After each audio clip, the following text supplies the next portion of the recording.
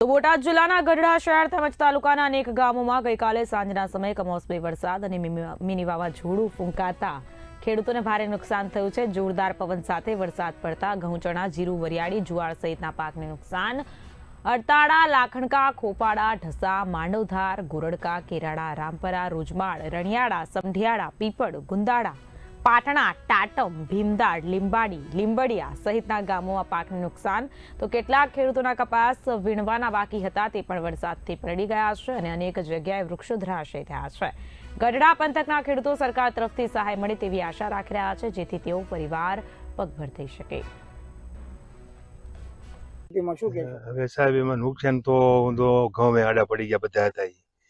બીજું કે જાહેર વાડી લીધી એના રીતે પપલી ગઈ બધી, અને ગઢડા તાલુકાના બધામાં ઘઉં ને જીરું, ચણા જે કાંઈ છે એ બધાની નુકસાની છે। આ બધાને નુકસાની સાહેબ છે, બરાબર છે। ખરેખર પહેલા પણ આવી કુદરતી આફત આવી હતી, અત્યારે શું સ્થિતિ શું તમારી સ્થિતિ એની વાત જ મોઢામાં કોળિયો આવેલો સાહેબ લઈ લે છે, સમજ્યા। જ્યાં અમે આપણે એમ થાય કે લઈ ત્યાં તો એ અગાઉ વાડી કરી લે છે કે આને લેવા દેવું નથી, કે ખેડૂત માથે હું દાજ છે કોઈ ખબર પડતી નથી સાહેબ, બરાબર છે। હવે અમારે કરવું શું આનું? સરકાર કાંઈક મદદ કરે તો અમને આમાં કાંઈક મદદ મળે અમને।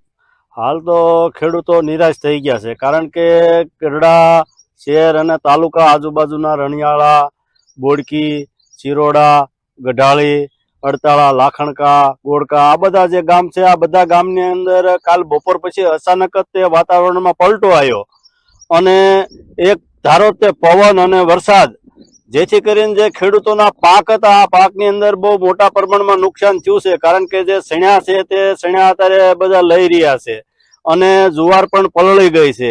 એવી જ રીતે જીરાના પાક છે એમાં પણ મોટા પાયે નુકસાન થયું છે। એટલે જે આ ખેડૂતોએ વાવેતર કર્યા હતા ઘઉં બધાને પલળી ગયા છે।